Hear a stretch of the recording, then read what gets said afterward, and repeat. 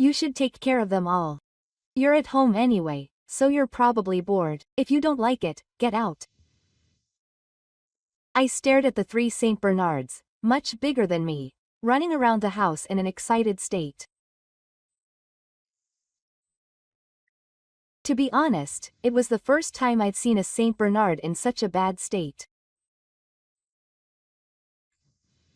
Their natural skin was exposed because of the hair loss here and there.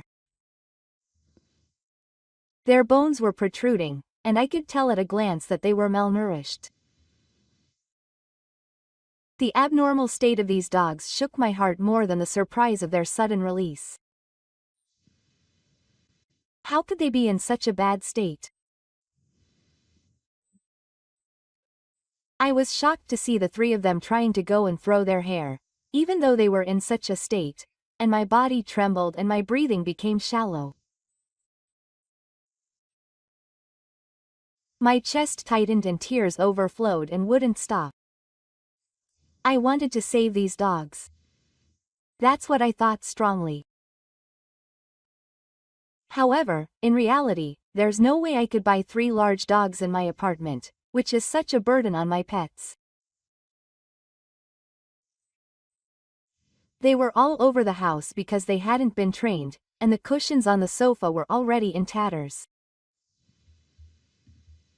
The cotton inside was spilling out. It's not their fault. The actions of these innocent dogs only made me feel even more helpless. What's with this dog? It's so dirty. It barks and is so noisy. You should do something about it. It's such a nuisance. I feel my heart getting more and more heartbroken. Has my husband forgotten that he brought these dogs here? Why are they here in the first place? Then my husband tells me a shocking truth. Why were these dogs brought to our house? And who raised them and how?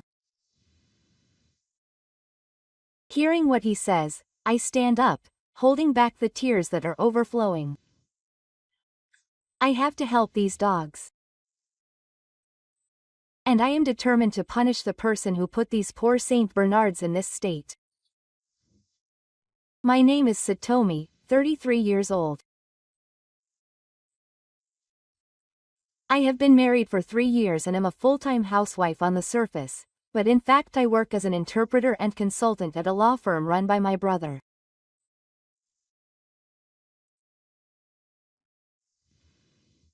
Before getting married, I worked as an international financial analyst, so I am paid according to my work, although it is only a small amount.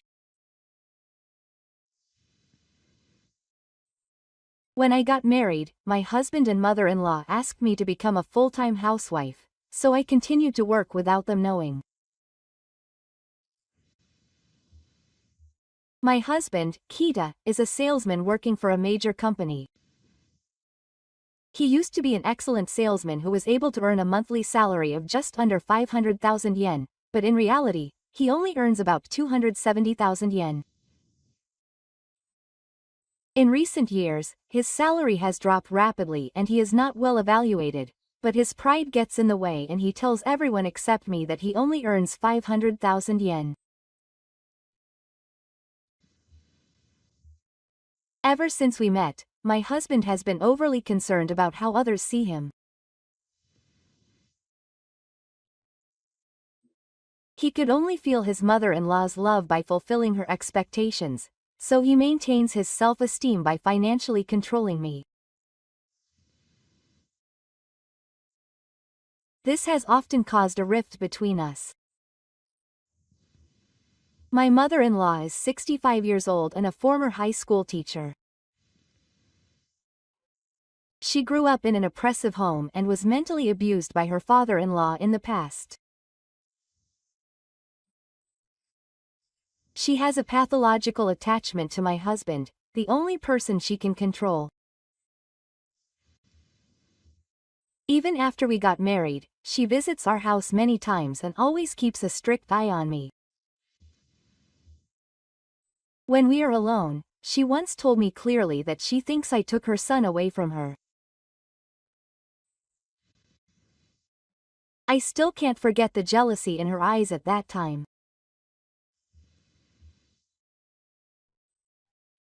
Whenever my mother-in-law was nasty or harassing, I would consult my husband, but the answer he would give was that my mother would never say such a horrible thing, and that Kamishiraba is far from the type of wife my mother wants.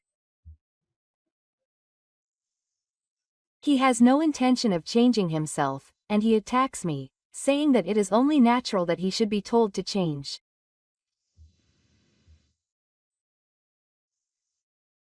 When we first got married, my husband put me first and respected my opinions, but people around me would say things like, "I'm jealous that you're living a peaceful life as a mother," but in reality, I was just putting up with it behind closed doors. I was disappointed by my mother-in-law's hypersensitivity and my husband's changes, and my heart had already woken up. When I thought about my future, I realized that it was impossible for me to continue living in this house. After much deliberation, I secretly planned to move to Dubai with an eye on the future. The reason I chose Dubai was because my best friend lived there, and I was deeply touched by the living environment and culture there, so I began to prepare little by little to grab my own happiness. When I thought about how I would spend my time after arriving in Dubai, the first thing that came to my mind was to find a job that involved animals, which I have loved since I was a child. I would like to use my qualifications as a veterinary nurse to promote animal protection activities, and ultimately establish an animal shelter in Dubai. This plan is not just a way to avoid reality for me. It is a sincere wish to be free from my husband and mother-in-law and get my life back. Despite the problems with my husband and mother-in-law, I am a housewife and I am at my computer until just before my husband comes home. I spend a long time working on materials for international negotiations. In order to decipher texts that are complicatedly intertwined with intentions and provide accurate interpretation, not only advanced language skills but also a wide range of knowledge is required. I use my full time to create the text for the interpretation so that I can meet the expectations of my brother who has hired me because he trusts my abilities. Today, I have been working like this since my husband went to work early in the morning, but of course I have already finished the housework that I need to do. As for dinner, I can just warm up some miso soup, so my husband won't ask me to bring the child home when he comes home. I had thought about it carefully and prepared up to that point. I'm home. My husband's unpleasant voice echoes through the entrance. He might be in a bad mood today. I greet him with anxiety, and as expected, my husband is taking off his clothes. Why doesn't that boss understand anything? My husband criticizes his boss in an irritated tone. I am the one he takes out his anger on when his pride is hurt outside. He tries to maintain his self-esteem by recognizing me as a weaker person at home. Oh, are you messing around with your computer again today? You're just playing with the money I earned. He glances at the laptop I had open until just now, then gives me a cold look. I was startled and felt my heart beat faster. I never thought my husband would think of me that way, so I can't hide my excitement. I haven't told my husband that this job will earn him an annual salary of 15 million yen, but I still want him to understand that I'm working hard.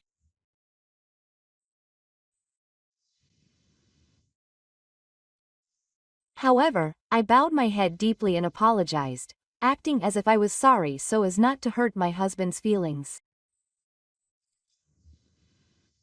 That was not the only problem I had. My mother-in-law's visits, which used to be about 3 times a week, started to come almost every day. It felt as if she was watching and controlling my life. At first, I was grateful to my mother-in-law for bringing the rice cakes and fruits and vegetables she made herself, saying that she wanted to feed my husband his favorite home-cooked food and to help with the household finances, but now it's different. She came over at dinner time, tasted my home-cooked food that I had prepared in advance, and when she put it out, she said, "What are these disgusting side dishes? Are you going to feed this to Kita?" "Absolutely not." She said, "I'll do this to you," and defeated my food with the sink. Then she calmly brought out a new plate and carefully arranged the side dishes from the Tupperware she brought with her. After that, she put a mountain of detergent into the Tupperware she brought with her, washed it, and took the trouble to rinse off the bubbles on the sink before leaving. After my mother-in-law came home, I stared at the miserable state of the food I had worked so hard to prepare, covered in bubbles. Tears flowed and my heart was filled with regret and sadness. My mother-in-law, who visits every day, never forgets to check the house. Kita needs a proper home environment. You can't do that. The cleaning is not done properly. My mother-in-law inspects the house as if she were the owner and says that the laundry is not done properly, leaving these words as she leaves. I was exhausted both physically and mentally by my mother-in-law's hypersensitivity, who is always traveling. One day, my mother-in-law left her smartphone after visiting our house as usual. I had no choice. I had no choice but to return it, and when I picked up my smartphone, the screen lit up and I saw the contents of the email I had received.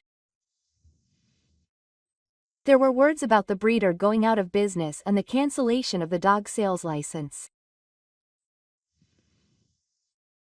I read the email secretly and it seemed that my mother-in-law was running an illegal breeding business. And the current situation is that she is not raising the dogs with love, but is crammed into a small cage and not giving them enough food. The photos of the dogs, who were only kept alive for breeding purposes and had no cleaning up after themselves, and who had rolled their eyes, were also attached. Seeing them, my mind went blank. I wanted to visit my mother-in-law right away and help the dogs who were repeatedly breeding through improper breeding methods. But I don't have the time, money, or space to protect them. So I consulted with an animal protection organization I know and discussed a protection plan.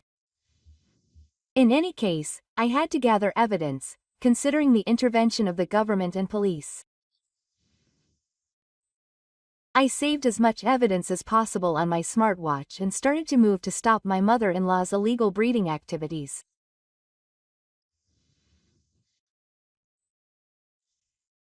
At the same time, I heard from a colleague of my husband's and a mutual acquaintance that there were rumors in the car about my husband's problems and suspicions of bookkeeping within the company.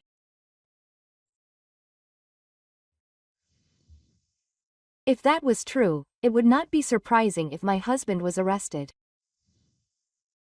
I also needed to understand my husband's actions and prepare for the worst-case scenario. With 2 worries about my mother-in-law and my husband, I began my investigation calmly and steadily to get closer to the truth. In 3 days, I had to complete the presentation materials for the offer I received through my brother's introduction. It was an offer from a friend's company in Dubai to hire me as an international consultant for an interpreter prefecture. It was an offer I really wanted to get. I checked the documents that I had to complete in order to leave this house and go to Dubai over and over again, and shook my tired heart. The next day, my brother contacted me about the offer to Dubai. The other company contacted me. I will forward the email immediately, so please reply. When I opened the email forwarded by my brother, Masaki's documents were wonderful. It said that a friend's company in Dubai would like to welcome me as a vice president as soon as this project is completed. Reading through the detailed conditions, I was offered a 30 million yen annual salary. Moreover, it was an environment where my own talents would be properly evaluated. Even just imagining it was far better than the current situation where I am feeling miserable. I sent back a reply email as my brother told me to and focused on creating the remaining documents. Just a little more. I forgot about time and headed to my computer. Before I knew it, the rope was gone and it was getting dark around me. I had to prepare dinner soon, so I stopped typing on my computer keyboard and tried to stand up, but the front door slammed open.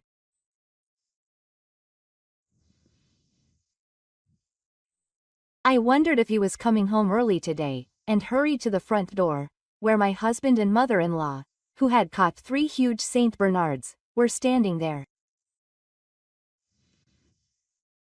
The moment my husband closed the front door, my mother-in-law said nothing and took the leash off the 3 dogs.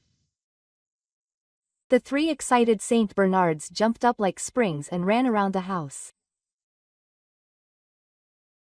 Their huge bodies rubbed the furniture in our house and mercilessly scattered the documents and books that were in my workspace.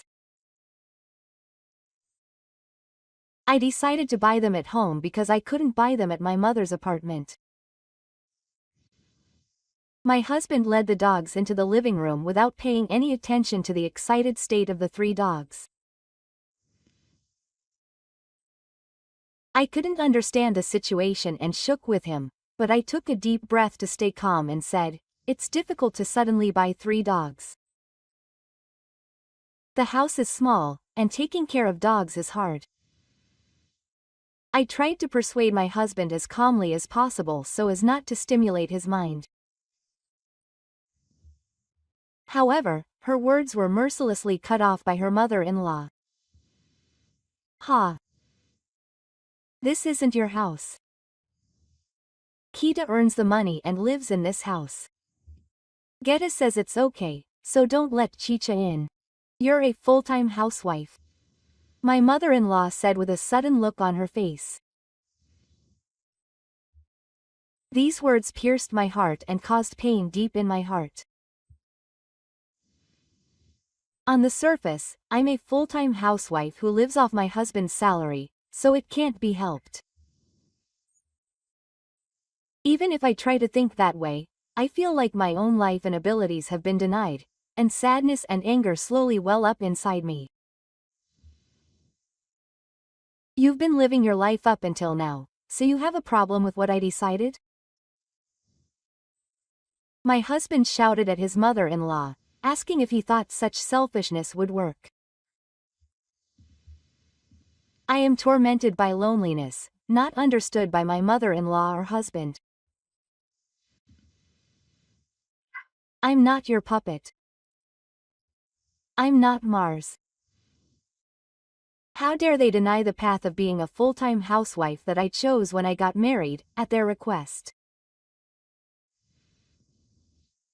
When I look next to Ayumu, the 3 of them are biting and pulling on the project documents I prepared. "Oh, stop. These are important documents." I take away the documents saying that the dogs are innocent, but it would be a big problem if they were to ruin the important documents. "What important documents are they?" I shouted and slammed the desk, saying that I don't care about your playful hair. Then my husband said this to his boss. "You take care of these guys. If you don't like it, get out."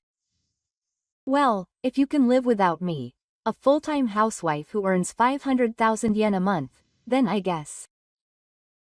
The words my husband said deeply hurt my heart.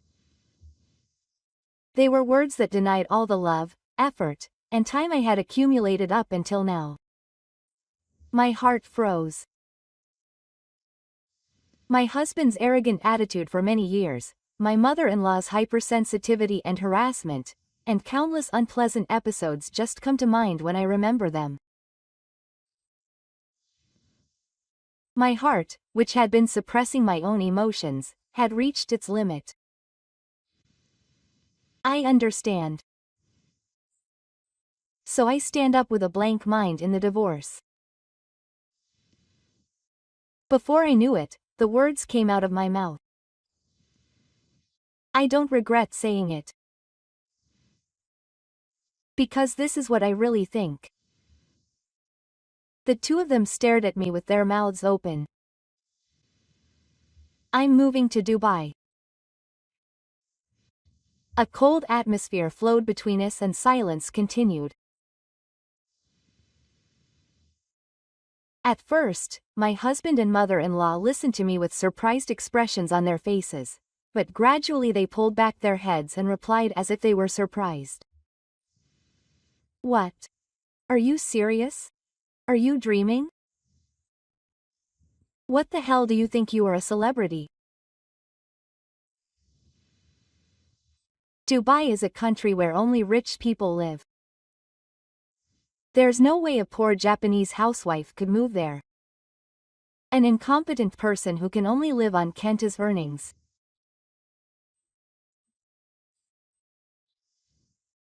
The two of them didn't believe anything I said and laughed, saying that my buy was something that had been planned for many years and had been perfectly prepared.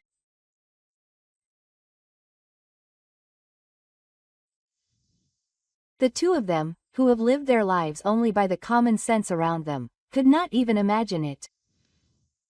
I decided that the proof was in the words of the bell and turned the screen of my laptop to the two of them. The title of International Interpreter Consultant and a contract for 15 million yen are displayed. I earn 3 times as much as you do. That's right, you said your monthly income was 500,000 yen earlier. That was also mentioned last month, but I need to correct it and say it's actually 270,000 yen.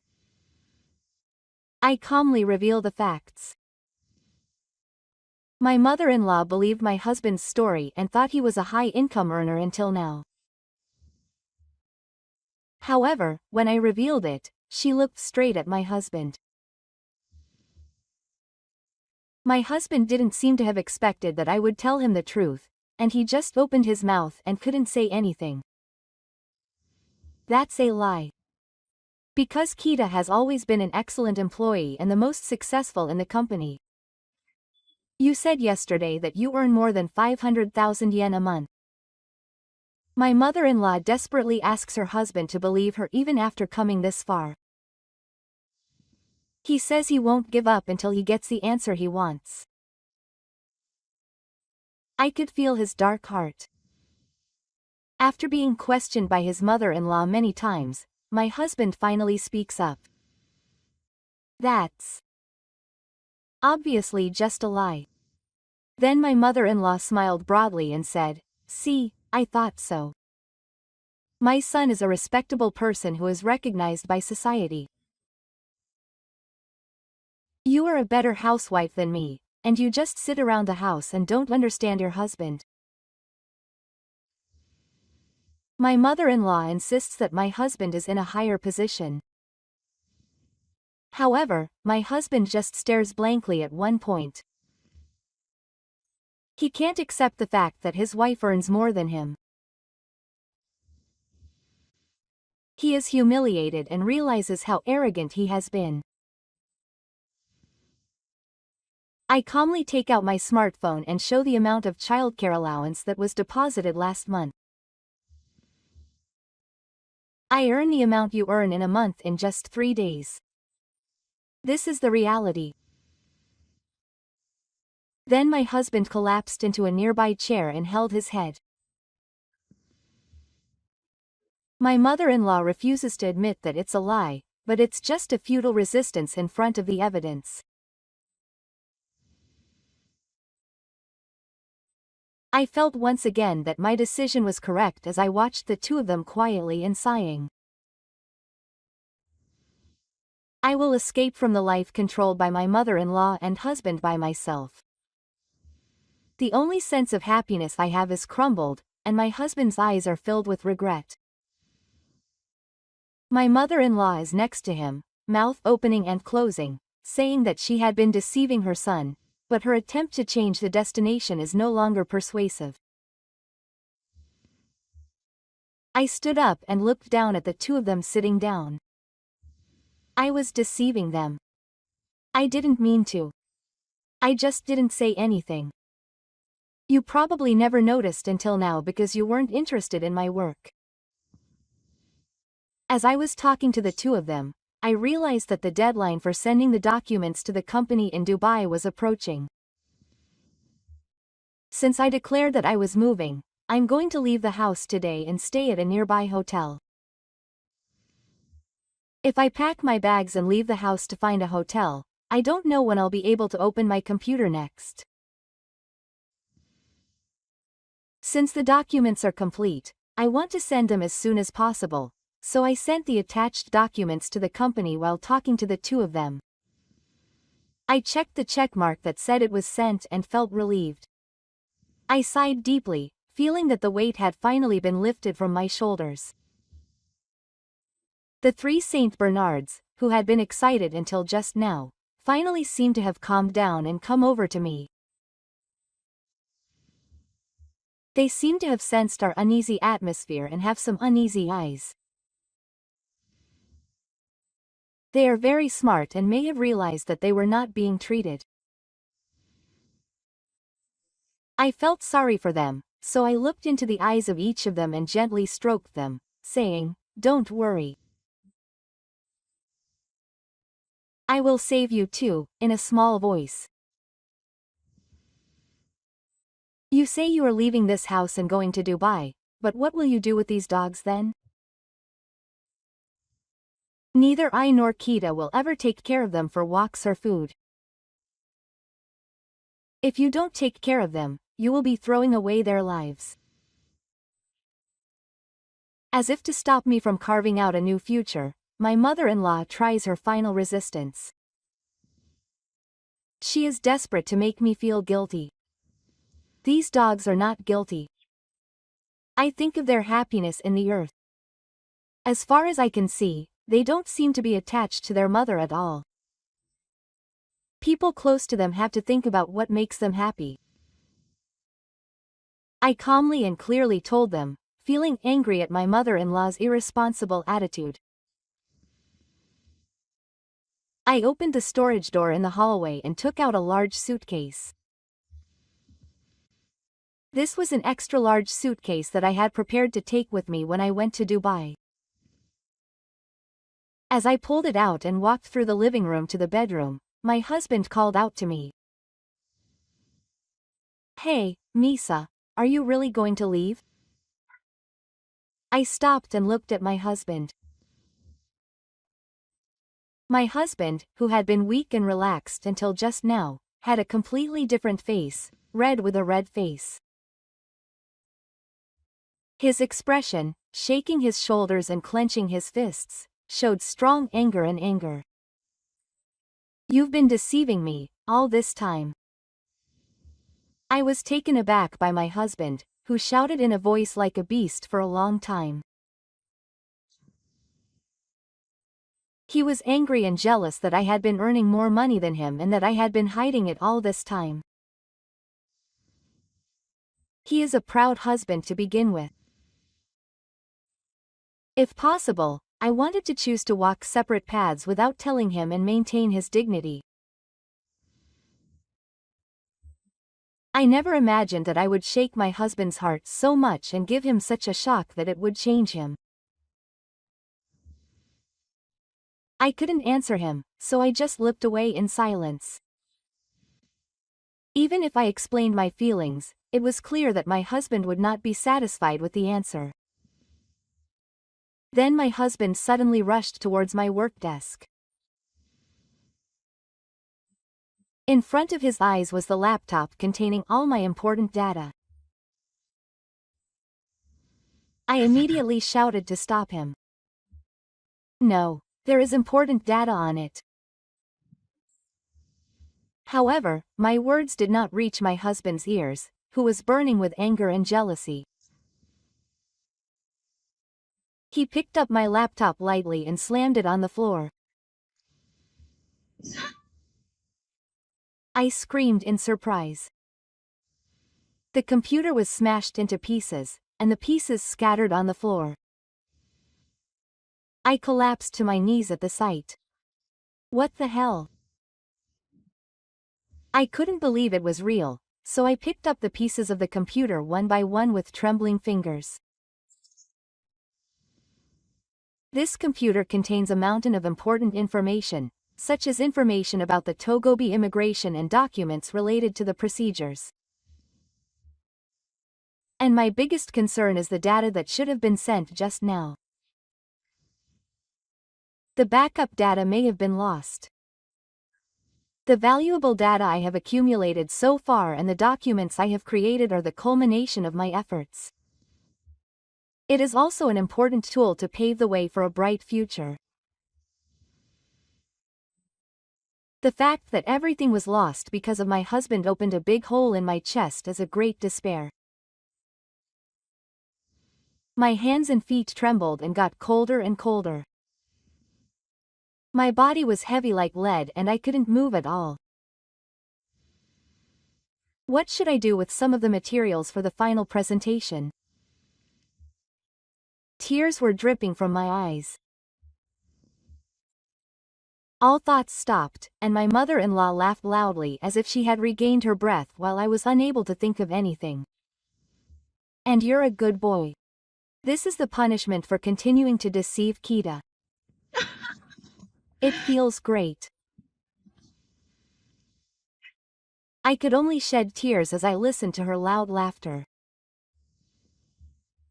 Seeing this, my husband and mother-in-law told Kenta to confiscate his passport and smartphone. Don't let him think of running away from here again. They gave instructions to my husband with a grin on their faces. That's right. We don't want you to underestimate us anymore.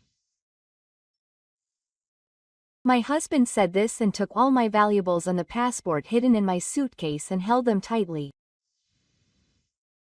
You thought you could escape? You're naive. My mother-in-law gave me a triumphant look and pushed me into the bedroom with my husband. Stay there until you calm down. You have to reflect on your actions so that you don't think about going to Dubai again. I closed the door and locked myself from the outside so that I couldn't get out. In the darkness, I desperately thought about what to do next. My husband and mother-in-law's actions are not just out of anger. They are trying to control me. They are trying to erase my thoughts and put me in their control. Feeling the twisted desire, I was thinking of my next move when I heard my mother-in-law's voice from the other side of the door. This is what has happened. Let's call the police. If they say that my wife is mentally unstable and tried to deceive Kenta and abuse the dog, they will be taken to the police station. Then she won't try to go to Dubai for a while. My mother-in-law carefully plans a plan. It seems that my husband and I are going to make a deal because the broken computer and suitcase are all proof that I am mentally unstable. If this is how it is, I'm finished. No matter how much I deny it, I have no allies. Moreover, if I get caught by the police and don't even touch my smartphone, all my plans to go to Dubai could be lost. Suddenly, fear runs through my head. I can't stay here like this. I stand up and open the bedroom curtains. Then I unlock the door and walk to the balcony. I have no choice but to run away from here, I decide, and clutch the balcony railing and look down at Eika. But this is Kosakai. If I lose my footing, I'll fall into Masaka-sama and there's no guarantee of my life. Still, I cling to my life and try to escape by climbing the balcony railing. If the two of them notice, it's all over, so I panic and grab the railing and lean over the cover, slipping and falling. I twist my ankle, which was lying there, and when I try to get up, I feel a sharp pain. When I imagine myself lying face down on the balcony floor and unable to get up, I feel so pathetic that I feel like I don't even have any value in my existence. As the cold wind blows, I endure the pain and am overcome by a deep sense of despair. My smartphone and passport were taken away, my computer was broken, and I couldn't stop crying because I was in a situation where I was about to be reported. No one will help me. No one will welcome me warmly in the future. This wasn't supposed to happen. I had endured for 3 years, and I was so close. I tried to speak my heart's cry, but no one answered it. My hope for freedom was shattered in an instant, and my future felt dark. As I broke down in tears, I suddenly noticed the presence of a smartwatch on my wrist. Yes, this is it. This smartwatch was ostensibly a device for managing my health, but in reality it was a special communication device developed in collaboration with my brother. He had developed this special device for me in case something happened to me. I tapped the specified pattern with trembling fingers and sent an emergency message to my brother. SOS exchange prohibited, state passport, smartphone wanted. The main data has been sent to the server, but some of the backup has been destroyed. Ankle injury, help. While hoping that my brother would understand, I decided to record the conversation between my husband and my mother-in-law. The two of them are having a conversation right near the bedroom, so I place my smartwatch in the closest place and press the record button. What are we going to do with those dogs? This apartment doesn't allow pets, so we can't leave them there forever. I can hear my husband asking my mother-in-law. The Saint Bernards are worried because I'm gone. They keep barking. They're so noisy. I'm going to sell them all. For a high price. They're special Saint Bernards that have been bred, so they can sell for over 1 million yen each. Their fur is pretty good too. If we had 3 of them together, we might be able to sell them for even more. When we talk about money, my mother-in-law gets excited and starts talking a lot. But you said earlier that you were going to cancel the permission. They can be sold. My husband's voice sounds anxious. Then my mother-in-law looks irritated and stays quiet. More importantly, we need to get rid of my daughter-in-law now. The two of them discuss for a while what to do with the dogs and me. Then, as if she had suddenly thought of something. That's right. Find that woman's bank book, her shadow, and all her cards. If she's making that much, she must have a lot of savings. Let's withdraw it now and split it. The two of them laughed in a good mood and got excited about how to use my savings. I continued recording with my smartwatch and looked out the window where the cold wind was blowing in. A beautiful crescent moon was shining in the night sky. I told myself that my brother, who received my signal from this crescent moon, must have taken some kind of action. It was a hopeless situation, but I never gave up hope, and I imagined myself going to Duba no matter what the situation was and living a brilliant life. That's right. Mom. I'm in a bit of trouble now because I embezzled the company's money. Can't you frame me for the suspected fraudulent accounting? I looked disappointed and elated at my husband's unashamed remarks. Don't you feel like you're trying to commit crime after crime? I thought that my mother-in-law would stop my husband, but I was shocked by the next words I heard. I have the know-how from when I was a teacher, so go ahead and try it. For students I don't like, I fabricate things like this and corner them. People who don't know how easy it is to tamper with computer data don't know. My mother-in-law answered confidently. If my husband was raised by these parents, I can understand why he would be like this. Clack. The bedroom door was opened and my husband and mother-in-law slowly entered. I was terrified by their next action, and my body naturally trembled. Hey, you have a secret account, don't you? There's almost no money in Japanese savings accounts. Give me your account information. My husband grabbed my hair and threatened me. I was shaking with fear and immediately told my husband my account information. Tears were falling endlessly and I couldn't control my emotions because of the fear. My husband immediately opened my account information on his computer and said, "Ah. This. Okay. Now your assets are ours.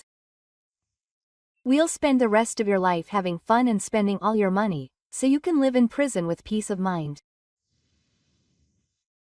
My husband left the room satisfied with all my assets. My mother-in-law, who came in to replace me, told Mi Chan's friends that she's mentally ill and won't be able to contact them for a while. If you do this, everyone will be considerate and stop contacting you. That's why no one will help you. How? How can you do something so terrible? I cried and called them. But the two of them didn't answer and just grinned as they left the room. Ding dong. The intercom at the house suddenly rang. Who's that? The intercom ringing at this time of night. My husband looked at the monitor with a puzzled look on his face and tried to respond. There were a police officer and several people in suits lined up. What is this? Who is it? My husband obviously shook his head and turned his gaze towards my mother-in-law. He cried to his mother-in-law, restlessly going back and forth between the entrance and the monitor, with an anxious look on his face. Then, with a look of calm, his mother-in-law said, "It's okay. Deal with it. If anything happens, I'll help you." His mother-in-law pushed her husband's back. The husband slowly opened the front door and responded with a lack of confidence, "What's wrong? Late at night like this?" A police officer slid his upper body into the entrance and said, "We've received a report about your confinement and intimidation of your wife, and we've come to check it out." What are you talking about? My wife is mentally unstable right now. Is there some kind of mistake? The husband replied, playing dumb, and his brother immediately replied, "I received your audio recordings from Misa's smartwatch. Our lawyer accompanied us and checked the audio properly." Then a man in a suit stepped forward. "Yes, I checked it. After that, we called the police and they came with us." The blood had drained from my husband's face. I stepped back, thinking that was stupid. Instead, my mother-in-law came to the front and said, "We have no idea what you're talking about," but was cut off by the lawyer. Quote, "Sato Kenta, This is evidence of the fraud you committed at your company. Your wife provided us with information and this is the result of our investigation. The lawyer presented the evidence of my husband's debts and fraudulent accounting. Did you smuggle your husband out? My husband shouted at me with an angry look on his face. The police officer immediately turned to my mother-in-law, who was scolding my husband, and then I would like to hear from Sato Hiko-san separately, but I have been consulted by animal welfare organizations many times. After the police officer said this, another man in a suit came forward and said, "This is a photo of evidence of illegal dog breeding and sales. We have consulted with the police and sent you a warning, haven't we?" Then he presented the photo he was holding to my mother-in-law. There was a picture of the breeding rights that had fallen into a miserable situation due to the inappropriate breeding methods that my mother-in-law had been practicing. Urged by the police officer, my husband led my brother and the female police officer into the bedroom where I was. "Misa, are you okay?" Supported by my brother, I was released from the bedroom, dragging my feet, and sat down on a chair in the living room. My ankle hurts, but it's not better, so it's probably just a sprained muscle. A lawyer appeared from behind my brother and spoke. "In fact, you were working with our legal department to secretly investigate your wrongdoings.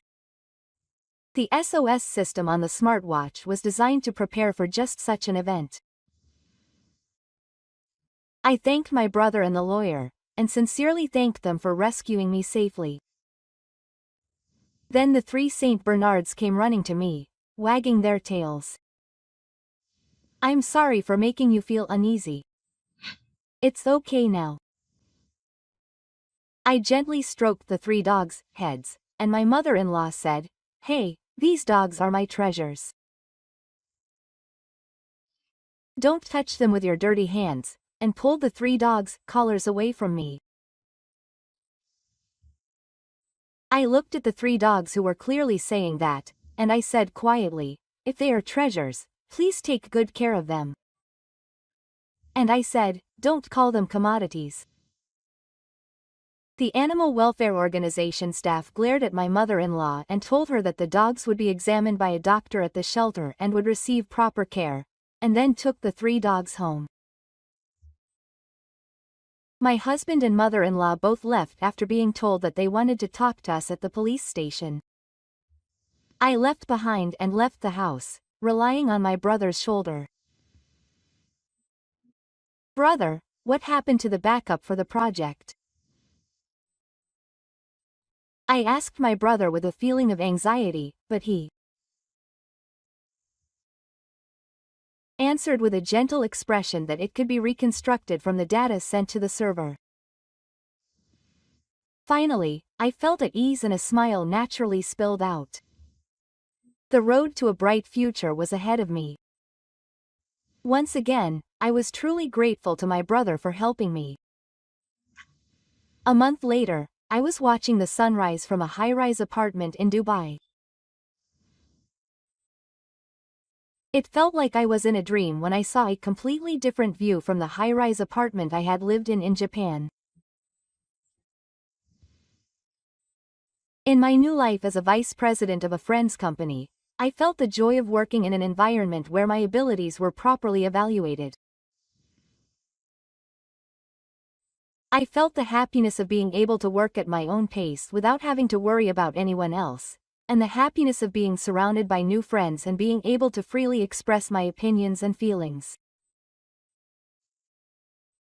I felt the joy of being a human being that I had lacked until now, and I felt tears of joy every day.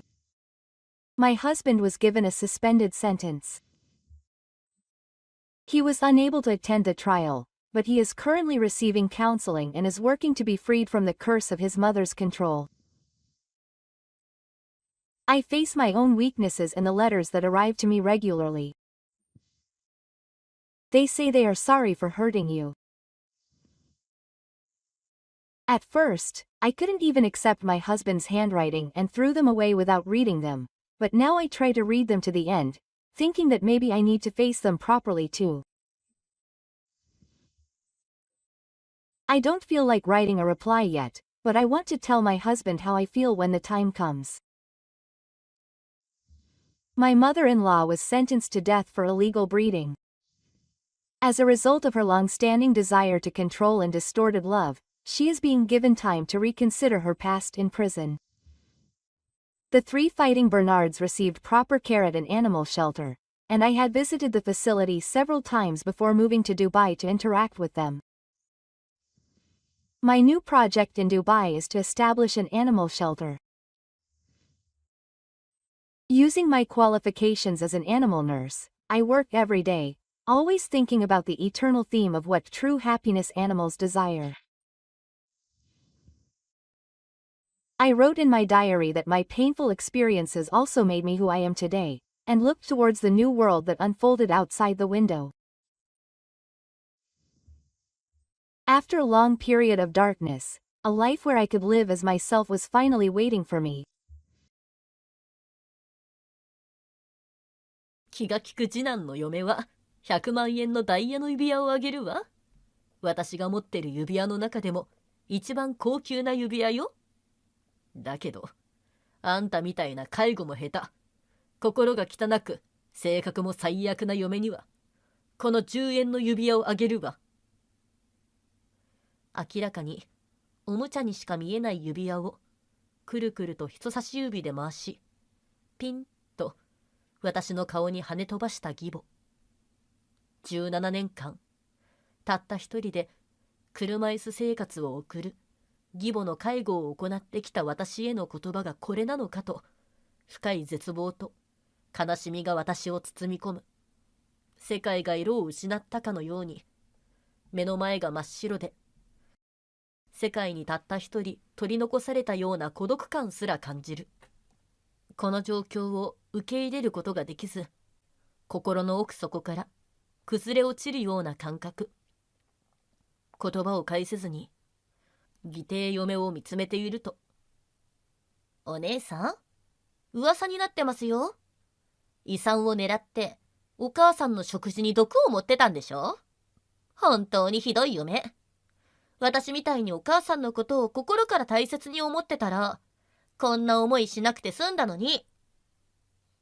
一度も介護の手伝いをしてくれたことのない義弟嫁は、優越感たっぷりに私を見下ろしている。その目は私の心を突き刺し、悲しみを増進させていくのだ。どうして二人は私だけを目の敵にしてこんなに痛めつけるの。くすくすと互いに目を合わせて笑い合う二人の目には、私への感謝の気持ちなんてみじんもない。そんな状況がますます私の心を萎縮させ、言葉を返す勇気を吸い取っていくのだ。その10円の指輪に文句でもあるわけ。あんたにぴったりな安物で偽物。早く指にはめてごらんなさいよ。この世で一番お似合いよ。義母の一言で私の心は完全に冷え切った。義母への心を秘めた介護が偽物だと言われたようで、私の心は限界を迎える。17年間の悲しみ、苦しみが一度に湧き上がり、心の中に新たな炎が灯された。10円の指輪、確かに私にぴったりですね。愛らしいじゃないですか。もらってあげますよ。明日からこの指輪がこれからの戒めになります。そう、もう私は道を間違えない。この指輪を常に身につけて、知らずに間違いを起こさないよう注意して生きていかなければ。そう決心した私は、笑顔で義母と義弟嫁にこう言った。ありがとう。すると二人は、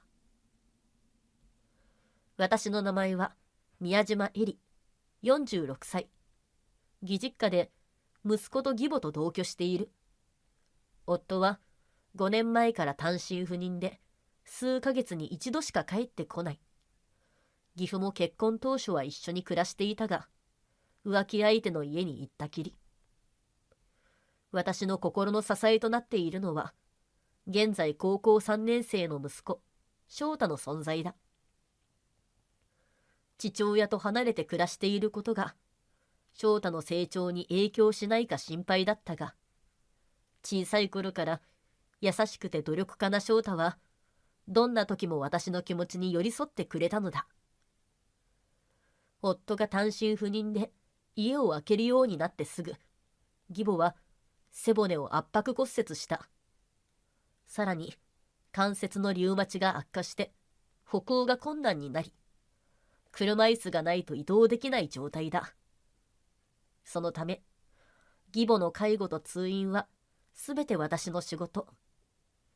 家で翻訳の仕事をしている私が一番適任ということで、半分強引に任されることになったのだ。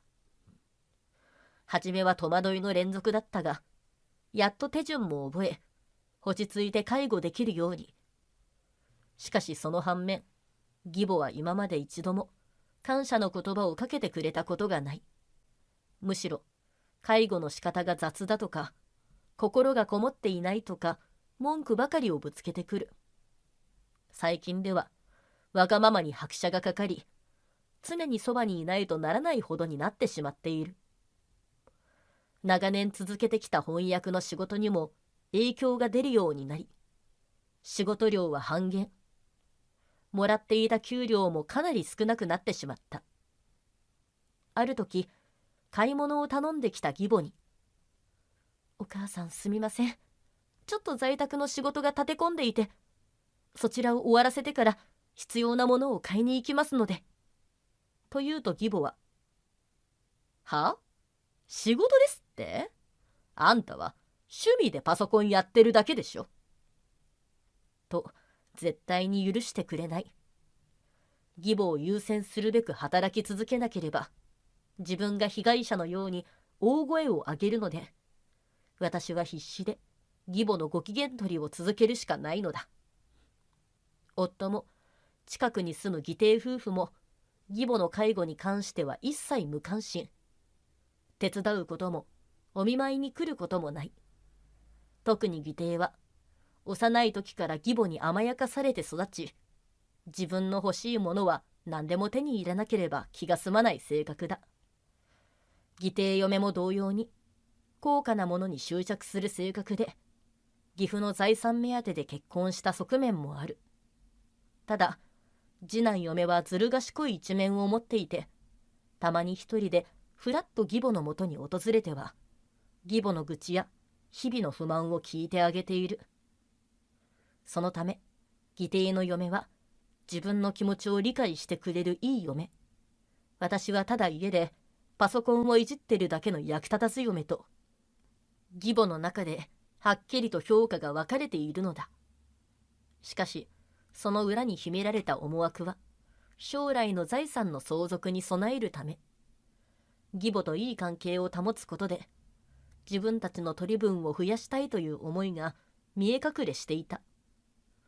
夫との関係性も最近は悩みの種である。以前は帰省すると介護を手伝ってくれたり、私に嫌味を言う義母を咎めてくれることもあった。しかし最近はほとんど帰省することなく、電話で話す時も時折背後から女性の声が聞こえてくることもある。なんとなく気になってはいたが、テレビの音声だと言われてしぶしぶ納得するだけだった。ある日、義弟嫁が義母が大好きなおまんじゅうを持ってやってきた。義弟嫁を気に入っている義母は、私をさっさと部屋から追い出すと、お茶を持ってこいと命令する。私が台所でお茶を用意して義母の部屋へ戻ると、部屋の中から2人の会話が聞こえた。お母さん、最近寒くなってきたのに、こんなに薄手の掛け布団で大丈夫ですか？エリさんってなんか抜けてるところがあるっていうか、お母さんへの気持ちが足りなくないですか？義弟嫁の言葉に私はハッとして足が止まる。そうなのよ。あの嫁、全く私への敬意とか優しさみたいなものがないの。しおりさんもわかる？やっぱり私と気が合うのはしおりさんよね。初めからあのエリには嫌な予感がしてたのよ。生意気だし、財産目当てでマサトと結婚したんじゃないかと思ってんの。私は持っていたお盆を落としそうになる。多分そうですよ。エリさんは財産目当てでマサトさんと結婚したから、愛のない結婚生活に嫌気がさしたマサトさんが単身赴任を始めたんですよ。ってことは、次にエリさんが狙うのはお母さんの命ですよ。さすがにそんなはずはないと義母が言ってくれるのを襖の向こうから期待していたが、まさか。でも私の食事を作ってるのはエリだし、私がいなくなればって毒を入れる可能性あるわよね。ありますよ。お母さん、警戒してくださいね。じゃ、私は失礼します。義弟嫁はそのまま玄関に向かい帰っていった。私はお茶が入ったお盆を持ったまま立ちすくんでしまう。どうしてこんなに懸命に一人で義母の介護をしてきた私に二人で責め立てるようなことをするの。じわじわと目に涙がこみ上げてきた。毒なんてそんなこと思ったこともない。懸命にやってきたことがすべて無駄だった。ちょっとエリー、あんたお茶の一つも出せないの。私の悲しみは義母の怒鳴り声によって現実に引き戻される。あ、すみません。私がお茶を入れ直して義母のもとへ持っていくと、あんたが入れたお茶なんていらないと布団をかぶってしまった。その日の夕食時、私がいつものように一汁三菜を乗せたトレイを義母の部屋に持っていくと、キャッ！この食事に毒が入ってるんでしょ。警察に通報してやるからと錯乱状態でトレイをひっくり返してしまった。ベッドはご飯とおかず、お味噌汁でぐちゃぐちゃの状態。お母さん、落ち着いてください。毒なんて入ってませんから。私がどんなになだめても義母はヒートアップしていった。最終的に家で勉強していた翔太に頼んで義母を落ち着かせてもらい、ベッドの上の片付けもすべてやってもらった。私を見ると大声を出してわめき散らすからだ。翔太、ありがとう。ごめんね、勉強中なのに。おばあちゃんどうだった？翔太に義母の様子を聞くと、なんかよくわからないけど、財産がどうのこうの、毒がどうのこうのって言ってたよ。俺が持ってったおにぎりはバクバク食べてたから、明日にはいつも通りになるんじゃない？と、呆れた様子で答えてくれた。私が普段から介護もしない、文句ばかり言う嫁だったなら、言われても仕方ないと思うが、自分なりに懸命にやっている。愚痴を吐くことだってない。なのにこんなことを言われて、絶対に許すことができなかった。私は夫に連絡をして、義母に注意してもらうようにお願いした。するとすぐに夫が義母の携帯電話に電話をしてくれたようで、義母の部屋から猫なで声が聞こえてくる。そうね。でも毒がね。ところどころ毒だの財産目当てだの聞こえてきたが、最終的にじゃマサトが毎日電話してくれるなら我慢するわと言って電話は切られた。後から夫に聞いたところ、毎晩夕食時に夫から義母のもとへ連絡するから、自分を信用して私の作った食事を食べるという約束をしたのだそう。それから夫はしばらくの間、夕食時に電話をしてきたり、休日には帰ってきて義母の介護を手伝ってくれたりもしたが、そんな日々も1ヶ月ほどしたらピタリとなくなった。私からの連絡にもほとんど出なくなり、休日も帰ってこない。しかし義母の精神状態も安定してきたこともあって、ほっと胸をなで下ろす。夫が私の言うことを信じてくれたことは大きな自信につながった。義母は食事中、なんだか苦い気がするんだけど、まさか毒とか入れてないわよねとか、介助の際などに、エリさん、介護の仕方がなってないわ。あんたの顔なんて見たくもないのに。と、私の心をえぐるようなひどい言葉をかけることが日常化していく。その度に精神的に打ちのめされた。自分の存在を否定されたように感じ、胸が締め付けられるように苦しい時もあった。そんな暗いトンネルの中をさまよっている私にも一筋の光が舞い降りる。息子の翔太が志望校に合格したのだ。ずっと経営学を学びたい。そしていつか国内と海外で起業したいという大きな夢を持っていた翔太。経営と語学が学べる都立の国立大学に入学することができて、私も夫も心から安心する。実は翔太は並々ならぬ努力を続けていた。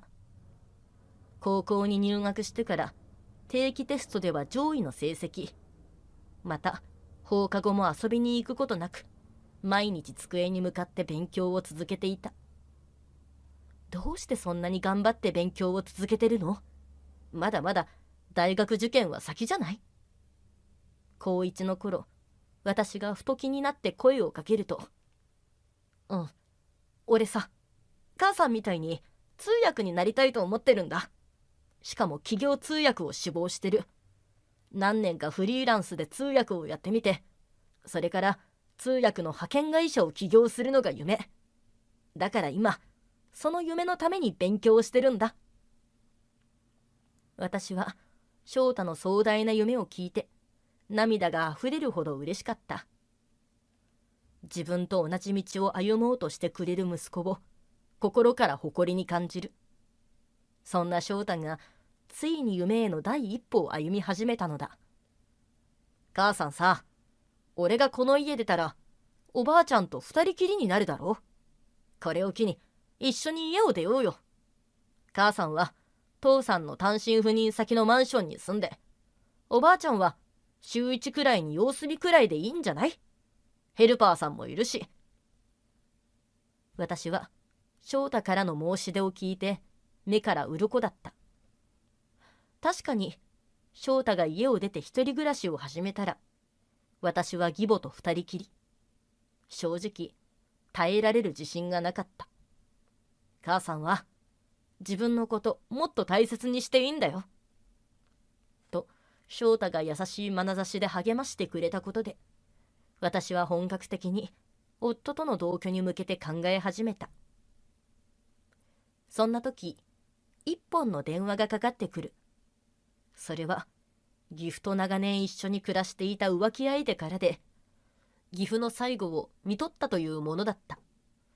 私は慌てて夫、義母、義弟夫婦に連絡を取り、葬儀の準備を進めていく。しかし義母も義弟夫婦も葬儀の手伝いなど一切せず、私たち夫婦に丸投げ。ああ、やっと死んでくれた。あの人が死んでくれたから多額の財産がもらえる。義母はそう言って悲しむことよりも財産の話ばかり。その話に笑顔で相槌を打っていたのが義弟夫婦だった。財産の分配について、その使い道についてなど、大きな声で時折歓声を上げながら盛り上がる3人を尻目に、私は準備を進めていった。ようやく単身赴任から帰ってきた夫もすぐに準備を始め、私は心から安堵する。気づくと義母ら3人は葬儀場から姿を消し、参列者に挨拶もすることなく帰ってしまった。親戚たちはそんな義母たちの非常な行動に対して口々に、信じられない、剛が亡くなったのになんで嫁がいないんだ。ケントの嫁は帰った。実の息子とその嫁なのに。それに比べてマサトはいいお嫁さんを迎えたね。介護も全部エリさんがやってくれてるんだろ。本当に偉いね。ありがとう。と言って私の介護の労をねぎらい、義母や義弟夫婦の態度を批判した。しめやかに葬儀が終わり、親戚たちを全員送り出すと、夫は仕事があるからとすぐに単身赴任先に戻ろうとバッグに荷物をまとめ始める。あなた、こんな時に申し訳ないんだけど、翔太が一人暮らしするタイミングで私もあの家を出てあなたの単身赴任先で暮らしたいなって、どうかしら。夫は慌ただしく荷物を詰め込みながら、ええんじゃないかと言って賛成してくれた。夫がまさか許可してくれると思っていなかった私は、義実家から脱出できることが嬉しくて希望に胸を膨らませた。葬儀が終わってやっと落ち着いた生活を送れるようになる頃、突然義弟夫婦が義母のもとにやってきた。ベッドから起き上がる義母の顔は満面の笑みで、私には一度たりとも向けたことがない顔だ。お茶の支度をしようと扉に手をかけると、義母から引き止められ、ここにいるようにと言われる。なんだか不穏な空気を感じつつも、ベッドを挟んで義弟夫婦とは反対側に立った。まあ、あんたには全く関係ない話なんだけど、ケントとしおりさんとお父さんの遺産について話したのよ。やっぱり私の気持ちを一番理解してくれるのはしおりさん。だから気の利くしおりさんには100万のダイヤの指輪をあげるわ。義母はわざと私を傷つけることで優越感を得ようとしているのはすぐに分かった。私はどう反応したらいいのか分からなくて息を飲む。そして義母は続けてこう言った。そうね。あんたは性格が悪いから10円の指輪をくれてやるわ。義母はどのような反応をするか一瞬たりとも見逃さないようにと私の顔を凝視する。私は17年間の介護の日々が一瞬で否定された気分になり、息ができないほど胸が締め付けられて苦しくなる。それと同時に煮えくり返るような怒りを感じた。どうしてこんなにひどい言葉をかけることができるのか。私には全く理解できなかった。あまりのことで私がついつい不満げな表情を浮かべると義母は、10円の指輪をもらうだけでもありがたいと思いなさいよ。ずうずうしい女。と言い放ち、鼻で笑った。私みたいにお母さんを大切にしていればね。後悔してももう無駄だけど、あなた、お母さんやマサトさんに毒を持って2人の遺産を奪おうとしてたんでしょ。みんな噂してるわよ。金に狂った嫁だって。義弟嫁が噂してるなんて言っているが、きっと自らが流した噂だろう。とんでもない嘘感情を流すなんて信じられない気持ちでいっぱいだった。そんなことするわけないでしょ。これまでお母さんの健康を思って一生懸命作ってきたのに。私が否定すると、嘘つき。あんたなんかマサトさんと別れてさっさとこの家を出て行きなさいよ。と大声でわめき立てる義弟嫁。じゃあ一体誰がお母さんのお世話をするんですか。私が震える声で尋ねると、急に義母は笑い出し、専業主婦のエリがマサトと別れることなんてできるわけないじゃない。住む場所だってないし、仕事もしてないただのおばさんが一人で生きていくことなんてできないものね。意地悪そうな視線を私に送りながら、おもちゃの指輪を見せつけ、大笑いする義母。あんたに選択肢なんてないの。一生私の面倒を見るのがあんたの役目。と残酷に言い放った。私は我慢の限界だった。これ以上、義母と義弟嫁から自分自身を否定される言葉を投げかけられるなんて耐えられない。ついに私は口を開いてはっきりと宣言することにした。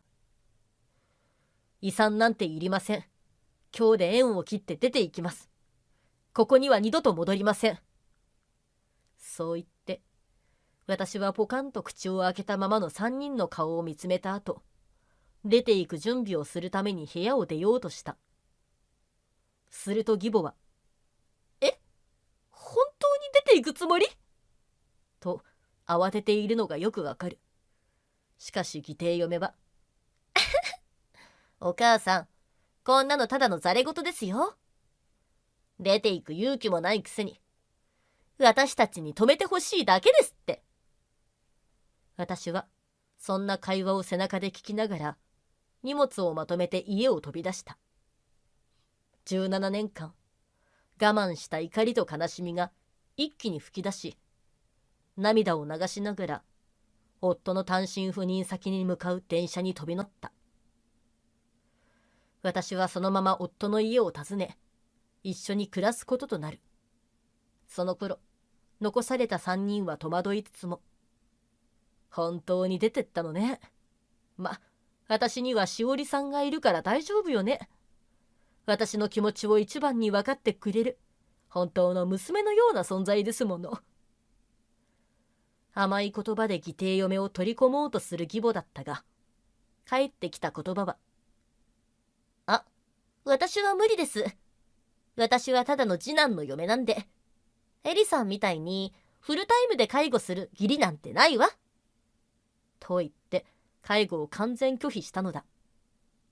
専業主婦で子供もいない義弟夫婦がまさか断ってくるなんて、と目を丸くする義母。じゃあケント、よろしくね。ニコニコしながら今度は義弟にお願いすると、僕は会社の大事なプロジェクトを任されてるから無理だよ。それに母さん、お金あるんだから介護ヘルパーを使えばいいでしょ。と冷たく突き放す。その日から義母は介護ヘルパーを毎日呼んで身の回りの世話をしてもらうことに。当初は義母がヘルパー代を負担するという話だったのだが、突然、親の面倒を見るのは子供の務めよ。お金は子供が出すのが当然でしょ。と夫や義弟にヘルパー代を出すように騒ぎ出した。三者三様に誰が出すのか言い合いを続ける毎日で、どんどん家族の仲は悪くなっていく。さらにわがままな義母はヘルパーさんとも揉めてしまい、介護を断られてしまった。義母は毎日のように、私の言うことが聞けないならもう来なくていいわよ。あんたの顔なんて見たくもない。と横柄な態度を取り続けた末路だった。介護費用を払いたくない義母は再び義弟嫁に対して、もう介護ヘルパーなんていらないわ。しおりさんが私を見てちょうだい。部屋は空いてるんだから住み込みでいいでしょ。と命令した。しかし義弟嫁は、お母さん、早く100万円の指輪くださいよ。話はそれを持ってからじゃないとできません。と計算高く振る舞った。誰にも介護してもらえない義母は一人で何とかしようとするが、転倒し怪我をして入院。入院中、夫も義弟夫婦もお見舞いに行くことなく、一人寂しく義母は治療を受けることになった。巡回中の看護師さんを捕まえては、私には2人の息子がいて、どちらも結婚して家族がいるんだけどね。誰も私のお見舞いに来てくれないの。揃いも揃って全員薄情者よ。こんな年になって惨めな思いをさせられて悲しいわ。とさもかわいそうな老人のふりをして同情を買おうとするのに必死。しかし状況は変わることなく、自分の置かれた状況を悲しむのだった。義弟嫁は期待していた100万円の指輪がもらえぬままで、鏡の前で、あの指輪さえあれば私のステータスが上がるのに、と悔しがったのだった。義母や義弟夫婦の状況を知った私は晴れ晴れしい気分になる。17年間という長い時間、朝から晩まで嫌味を言われながらの介護は相当私の心の負担となっていた。義母と離れて暮らしてみて、その重圧の重さに気づくこととなる。深い安堵感を感じる毎日。義母が入院しているうちに荷物も運び出して本格的に夫と暮らそうと感じ始める。翻訳の仕事は正直どこでもできる。手に職があって本当によかった。これからはゆっくりと自分の時間をフルに使って作業ができると期待に胸を膨らました。翔太も大学の近くにあるアパートを借りて一人暮らしを始め、たまに様子を見に行くと何やら楽しそうに過ごしている。アルバイトも始め、大学で友人もたくさんできたと笑顔で教えてくれる翔太を見て、私は心から幸せな気持ちに。それぞれ新しい生活がスタートした。輝く未来に向けてそれぞれの道を歩き出した私たちの表情は明るかった。夫と暮らし始めてしばらくすると、夫が私を邪魔そうに感じているのではと思うことが増えてきた。茶碗を洗う音がうるさい。あと家事するタイミング考えてくんない？俺は家の中で静かに過ごしたいのに、お前が出す生活音が不快なんだよ。以前はこんな神経質にあれこれ文句を言うことなんてなかった夫。まるで私の存在を否定するかのように無言で睨みつけたり、喧嘩越しで話しかけたりしてくる。帰宅はいつも私が寝静まった深夜。一緒に時間を過ごしてもずっとスマホをいじり、肌身離さず持ち歩く。しかし私は特に気にする素振りも見せず、夫の好きなようにさせようと自分のペースで仕事をし、家事をして過ごしていた。そんなある日、夫が改まった様子で話しかけてくる。お前、翔太と一緒に暮らしたらどうだ？翔太の部屋で掃除したり料理作ってやればあいつも喜ぶだろうし。夫からの唐突な申し出に私は唖然としてしまう。しかし夫の勢いにそのまま乗せられて、この家を追い出されては大変だと慌てて言葉を返した。ちょっと待って、翔太の家なんて無理に決まってるでしょ。大学生で親と同居なんて。私はあなたに言われた通り静かに家事するようにしてるし、ぐちぐち文句も言わないでしょ。何が不満なの？夫はぐっと息を飲んで答えに窮するも、お前がいるとき息苦しいんだよ。俺のペースも崩れるし、一人の時間は全くないし。と理不尽な非難を述べるだけだった。それから会話もなく、冷戦状態のまま2ヶ月が経過する。そして改めて夫から話があると呼び出された。本当のことを言う。実はもう長いことエリに気持ちがなかったんだ。こっちに単身赴任してきてから会社の子と付き合ってる。3年くらい経つかな。お前とは別れてその子と結婚したいんだよ。私はトンカチで頭を殴られたような衝撃を受けた。頭の先から血の気が引き、大きなショックで体がガタガタと震え出す。自然と涙がこぼれ落ち、息をうまく吸うこともできない。17年間よ。あなたの親を介護してきた年数。その17年間をどう思ってるの？こんな仕打ちを受けるなんてひどすぎるわ。私は夫の前で泣き崩れ、夫の言葉を待った。もしかしたら冗談だよと抱きしめてくれるのではないかと期待していたが、その思いはもろくも崩れ落ちる。夫は冷ややかな表情で私を見つめ、どんなに責められても俺の気持ちは変わらない。慰謝料も翔太の学費も希望通りの額を支払う。お前にも新しい人生を歩んでほしいんだよ。これ以上イライラしたり無視し合ったりするのはお前も辛いだろ。と偽善的な言葉で私を突き放した。お金のことを言ってるんじゃないの。私はあなたを心から信じていたのよ。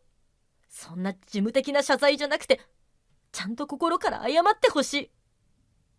私は徐々に身勝手な夫の発言と私を軽んじるような態度に怒りが湧き上がる。しかし夫は真面目に謝ることもなく、態度を改めることもない。ねえ、私の人生は何だったの？答えて！感情に訴えようとする私を冷酷な目で睨みつけ、大きなため息をついた夫は、新しい彼女が引っ越してくるから今週中に出て行ってくれと心ない言葉を私に投げつけ、家から出て行った。翌日から私は自分の荷物をまとめて不動産屋を回った。できるだけ家賃が安い物件を紹介してもらい、内見も済ませる。17年間の介護によって仕事量が減り、収入も少なかったため、審査を通すのに苦労した。心配をかけたくなかったが、翔太にもこの話をすると、父さんにはもう何も期待しないよ。これからは僕が母さんを守るから。と、味方になってくれたのが唯一の救い。翔太は空き時間のアルバイトを増やし、自分の生活はおろか、私の生活費まで負担しようと頑張ってくれている。それに報いるためにも、翻訳の仕事を増やそうと奔走するも、なかなか実を結ばない日々だった。そんな苦難の連続にもかかわらず、夫と離婚したことを知った義弟嫁から嫌がらせの電話が来るようになる。あらあら、やっぱり捨てられちゃったの？私が言う通りになっちゃったわね。仕事も持たない惨めなおばさんがこれからどうやって生きていくのか見ものだわ。と言って高らかに笑う。私が言葉を返せずにいると、お父さんの遺産全部正人さんが持ってっちゃったってことでしょ。若い新しい奥さんとこれから豪遊三昧ね。17年間もあのばあさんの介護してきたあんたの人生って何だったの？無駄にした青春は帰ってこないわよ。とさらに心を突き刺すような言葉を浴びせる。私たちはお母さんとの良好な関係を保ってきたから、毎日高級レストランで贅沢三昧。あんたはカップラーメン？惨めね。と最後に皮肉を言って電話を切った。そしてその直後、今度は義母から電話がかかってきて、あんたみたいな不細工で愛想のない女、若い女に乗り換えられて当然なのよ。私の介護を放り出して家を出て行った罰、神様はちゃんと見てるの。私を邪険にした報いよ。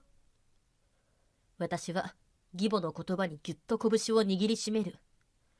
悔しくて仕方なかったが、ぐうの音も出なかった。ああ、そうだわ。給料は安いけど、屋根と食事付きのいい仕事があるわ。私のことをあの家で介護するなら、またお手伝いさんとして雇ってあげる。あんたみたいな無職の役立たずには、こんな好条件他にないわよ。義母は恩着せがましい態度で私に言い放つ。私を傷つけ、優越感を得るために、そして一生自分のしもべとして私をコントロールするために。いえ、お断りします。一生お母さんの面倒は見ませんので。私がきっぱりと断ると、自分から幸せになる道を断ち切るってことね。まあいいわ。勝手にすれば。と言って電話を切った。それから私は体調が優れず、布団から出られないような日々が続いた。食欲も失い、動く気力も失ってしまう。唯一、翔太が心配して世話をしに来てくれたが、忙しい翔太の迷惑になってしまうという罪悪感で、私はさらに精神的に追い詰められていった。夫はなかなか慰謝料を払ってくれないので、お金にも困り始めた私。何度か連絡を入れるも、今は手持ちがない。父さんの遺産が入ったら払うから。と、言い訳を繰り返すだけ。ますます衰弱する私を目の当たりにした翔太は、母さん、このままじゃ母さんの命も危ないよ。病院を受診して一度見てもらおう。心配して声をかけてくるが、入院費だって用立てすることができない。翔太には笑顔で大丈夫よと繰り返すのみで、お金がないことを言い出せず、一人布団の中で天井を見上げながら涙を流すのだった。そんな中、私のもとに一件の電話がかかってきた。それは岐阜の浮気相手だった吉江さん。実は葬儀の際、私だけを呼び止めて、目に涙をためて自分の素性を明かしていた。私は浮気相手の立場でしたが、心から剛さんを愛していました。ご家族にはご迷惑をおかけしてしまって申し訳ないと思っています。深々と頭を下げる吉江さんに、私は岐阜への深い愛情を感じた。そして二言三言言葉を交わした後、私たちは連絡先を交換して別れたのだ。エリさん、ご無沙汰をしております。皆様変わりなくお元気ですか？吉江さんは私がまだ義母と暮らしていると思っているようで、不安そうな様子で尋ねる。吉江さん、実は私離婚して家を出たんです。お母さんとも今は別々に暮らしているんですよ。そう言うと吉江さんは驚いた様子でこう言った。そうなんですか？じゃあまだ遺産の件は皆さんご存じないのかしら。遺産の件？私は思いがけない言葉に興味をそそられて話を聞くことにした。剛さんは多額の借金を抱えていました。表向きは資産家であると見せていましたが、実際は不動産投資に失敗し、借金まみれ、国民年金だってずっと滞納し続けるような状態で、私が義母や義弟夫婦から聞いていた話とは180度異なる怪事情に唖然としてしまう。そんな私をよそに吉江さんの話は止まらない。剛さんは本当は皆さんに言おうとしていたんです。特に息子さんたちには借金の件を知らせたかったはずです。でも急に亡くなってしまって、だから息子さん2人には遺産放棄をしてもらいたいと思って今日ご連絡させてもらったんです。吉江さんは声を震わせながら必死で私に語りかける。しかし吉江さんが感情的に訴えれば訴えるほど私の心は冷たく凍りついていくのだ。私はこれまでの17年間の介護のこと、義母の嫌がらせや暴言、夫の浮気、そして義弟夫婦による私の排除について全てを語った。そして最後に、ということがあって、私はこの話をあの4人に伝えたいとは思えないの。分かってもらえますか？私が吉江さんに問いかけると、エリさんの気持ちは当然です。お母さんたちはお金しか見ていないじゃないですか。ひどすぎる。そんな人たちには罰が必要だと思いませんか？と自分のことのように怒りをあらわにする。私は怒るという感情を忘れかけていたため、一緒になって怒ってくれる吉江さんの言葉が嬉しかった。遺産相続放棄の期限って3ヶ月なんです。何も知らずそのまま放っておけば、4人はそのまま剛さんの借金まで相続することになるんです。あと2週間このまま過ぎてしまえば彼らは大変なことになりますよ。吉江さんは相続に関する知識が深く、私が知らなかった仕組みについて全て教えてくれた。私はこの2週間彼らに真実を知らせることなく過ごすことを決めた。吉江さんからもあそこまでひどいことをされたんだから言わずにいても罰は当たらないと背中を押される。そしてそれから2週間が過ぎる直前、私は夫に連絡をする。翔太の学費の支払いと慰謝料、一気に支払ってちょうだい。翔太の将来を考えたら、今のうちにもらっておきたいの。と、強く夫へお願いした。夫はしぶしぶ、すべてのお金を一括で振り込んだ後、これで、俺とお前たちの関係は完全に終わりだからな。これ以上関わらないでくれ。と、冷たく言い放って電話を切った。預金残高が明らかに目減りして不安になった夫は、義母と義弟を連れて弁護士事務所を訪れ、財産について調べてもらうと、剛様の債務が約1億円、資産が約3000万円ほどとなっております。と告げられた3人。顔が真っ青になって3人で顔を見合わせる。弁護士は淡々と相続に関する話を進めていった。相続の解消を知ってから3ヶ月が経過していますね。また、遺産の一部を処分したり、財産目録を作成したりしているので、相続放棄はできません。弁護士の厳しい話を聞いて、愕然とする3人。なぜなら、それぞれが義父の財産を得られると思い込んで、借金まみれの生活を送っていたからだ。夫は、新しい恋人との新居のための頭金としてローンを組んでおり、義弟夫婦も高級車をローンで購入していた。夫は浮気の事実が会社にバレて、すでに退職勧告を受けており、義弟も大金が手に入ると勘違いして仕事を怠け、評価を下げていた。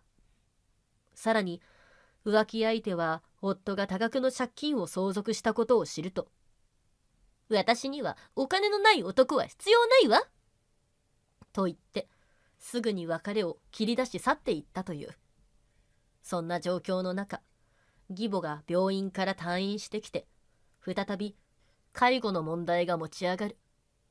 路頭に迷った夫と義母は私のもとに助けを求めてやってきた。エリー、すまなかった。もう一度やり直すチャンスをくれないか。もちろん浮気相手とも別れるし、お前と母さんと3人であの家で暮らしたいと思ってる。と土下座して私に謝罪する。車椅子に乗る義母は隣で不満げな表情を浮かべつつも、あなたがいないと生きていけないことに気づいたの。また来てくれたら今度は大切にするから。だからまた元通りの生活を送りましょう。とかすれた声で言った。私は2人の姿を見てどうにかしてあげようとはみじんも思わなかった。困った時だけこうやって頭を下げれば、バカな私なら言うことを聞くだろうという胸の内が透けて見える。17年間、あなたたちに尽くしてきた私の気持ちを考えたことはありますか？今更何を言っても遅いです。そう言って、私はアパートの扉をバタンと閉めて鍵をかける。数日後、義弟嫁も電話をかけてきて、あんた、借金相談の話知ってたんでしょ？どうして教えてくれなかったの？私たち夫婦もこのことで離婚よ。一体どうしてくれるわけ？と激しく責める。あら、しおりさん、かわいそうにね。でもあなたにはお母さんからもらった100万円の指輪があるじゃない。それを売って財産代わりにしたら。私がそう言って義弟嫁の反応を待っていると、あの指輪結局もらえなかったのよ。あのばあさんが約束を守るはずがないじゃない。とくるぐるしく言う。義弟も義弟嫁もそれぞれが遺産を当てにして借金を抱えており、義弟嫁は友人たちに、私たち億万長者になるのよと自慢し、高額なブランド品を次々とクレジットで購入していた。だが借金の相続が決まり、大喧嘩を繰り返した末に離婚した義弟嫁は借金まみれで家を出た。その後、唯一合格したファーストフード店でパートしながら借金返済をすることとなった。退院した義母は世話をする人がいないので、仕方なく公的支援を受けながら介護施設に入所した。周りの入居者たちは、休日のたびに孫を連れた家族たちが大勢会いに来るが、義母には誰一人お見舞いに訪れない悲しみをかみしめる。夫と義弟は払いきれない借金を抱え、自己破産をするも借金は残り、新しい仕事を見つけて返済している。しかし金額が大きすぎてなかなか減らない。夫は警備員としての夜勤を、義弟は工場で単純作業の仕事を始め、以前の華やかな生活とは真反対の毎日を送る。さらに2人は義母の設備費用も負担しなければならなかった。これからこの生活がずっと続くのか。夫はため息をつき、アルコールに頼る日々が始まった。カーテンを開けると、キラキラと輝く朝日が差し込んでくる。今の私の気持ちを表しているかのようだ。夫や義母たちに仕返しができたことで、私はめきめきと体調を取り戻す。もう過去に縛られることはないんだ。窓を開け、少し冷たい風が入ってくると、大きく深呼吸をする。体調が戻ってから、通訳の仕事も順調で、自分のペースで進められている。心配をかけ続けた翔太には先日、迷惑かけてごめんね。母さんはもう大丈夫。翔太もお金の心配をせずに学業に専念してね。と謝った。すると翔太は、母さんが元気になって本当によかった。これから母さんには自分自身の幸せのために時間を使ってほしい。俺も早く自立できるように頑張るよ。と言ってくれた。夫が破産する前のタイミングで、慰謝料や学費を一括でもらっておいてよかった。こうやって翔太にも私にも心の余裕が生まれたのだから。そしてもう一つ、私にはやるべきことがある。吉江さんからのアドバイスで、将来夫が亡くなった時に息子が借金を相続しないような手続きも忘れない。翔太の大切な未来を守るためだ。お父さんが亡くなったら必ず相続放棄の手続きをするんだよ。私が真剣に翔太に告げると、母さん、僕だって大学で少しは法律の勉強をしてるんだよ。大丈夫。むしろ母さんの将来を守るために俺ができることがあれば何でもするからね。と心強い言葉を返してくれた。岐阜の浮気相手である吉江さんとも時々連絡を取り合い、人生の新しい友人ができた喜びを感じる。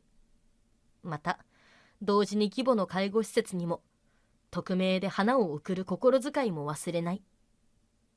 お見舞いに行くことはないが、憎しみを抱えたまま生きるより許して前に進む方がいいという新しい価値観を胸に成長していきたいと思っているのだった。